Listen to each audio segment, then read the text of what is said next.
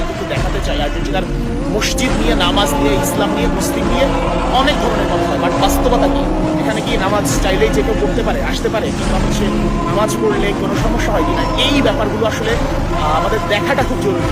প্রত্যেক বাংলাদেশি মুসলিমের এটা দেখাটা খুব জরুরি। তো আমরা আপনাদেরকে সেটাই দেখাবো। তার আগে একটু মসজিদটা ঘুরিয়ে দেখতে চাই, মসজিদটা আসলে কেমন। আমার চেহারা দেখে এত বেশি তো লাভ নেই, মসজিদটা দেখাতে হবে। আর আমি শেখ আশিক যুক্ত হয়েছে আপনাদের সঙ্গে আর্জেন্টিনার রাজধানী বুয়েনোস আইরেসের সেন্ট্রাল মসজিদ থেকে। দেখাই, এই হচ্ছে আর্জেন্টিনার সবচেয়ে বড় মসজিদ, সেন্ট্রো কালচারাল ইসলামিকো রেই ফাহাদ আর্জেন্টিনা, দেখতেই পাচ্ছেন। এবং এখানে আর্জেন্টিনার পতাকা আছে। আর এখানে আমার ব্যাগ রাখা, ব্যাগ ছোট একটা বাংলাদেশের পতাকা। আমি একটু দেখাই এদেরকে। দেখেন মসজিদের ভেতরে আর্জেন্টিনার সবচেয়ে বড় মসজিদ, মানে সেন্ট্রাল মসজিদ, কেন্দ্রীয় মসজিদ।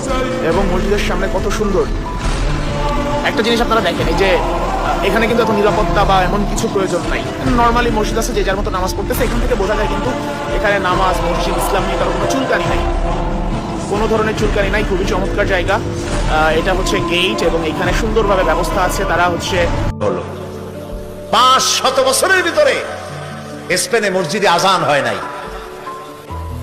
আজকে বলতে খুব দুঃখ লাগে, ওরা দাবি করে ওরা নাকি ওয়েস্টার্ন সিভিলাইজেশন, ওরা পাশ্চাত্য সভ্যতার দাবিদার। মসজিদের মিনারের প্রত্যেকটা খোপে এক একটা মূর্তি দাঁড়ায় আছে। মসজিদের ভেতরে ঢুকলাম, মসজিদের ভেতরে মূর্তি দিয়ে ভরা, জুতা পায়ে দিয়ে অর্ধলঙ্গ নারী পুরুষ মসজিদের মধ্যে ঢুকতেছে। বুক ফেটে শুধু কান্নাই আসতে লাগলো। এইখানে আমার সাথীদের একজন নামাজ পড়তে চাইলো, 2 রাকাত নামাজ পড়বে। এক পুলিশ এসে বলল, ভুলে যাও, এটা তোমাদের একদিন মসজিদ ছিল, এটা এখন মসজিদ না, এটা গির্জা, সেজদা দিতে দেব না।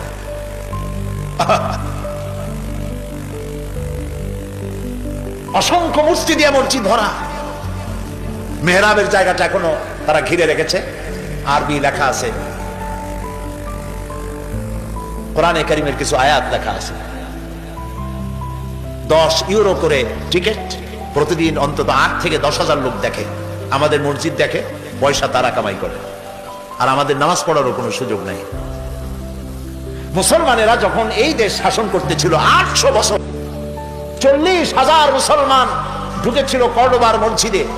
বাইরের থেকে তালা বন্ধ করে দেওয়া হলো দরজা, ভিতরে কেরোসিন ঢেলে দিয়ে আগুন জ্বালায় দেওয়া হলো। 40,000 মুসলমান পুড়ে ভস্ম হয়ে গেল। যারা বাইরে ছিল তাদেরকে হত্যা করা হচ্ছিল। পাশেই একটা ছোট্ট নদী, নদীর পাশে গিয়ে দাঁড়ালাম, আমার বুক ফেটে কান্না আসতে লাগলো। সেই নদী যেখানে মুসলমানদেরকে কেটে কেটে ফালানো হচ্ছিল।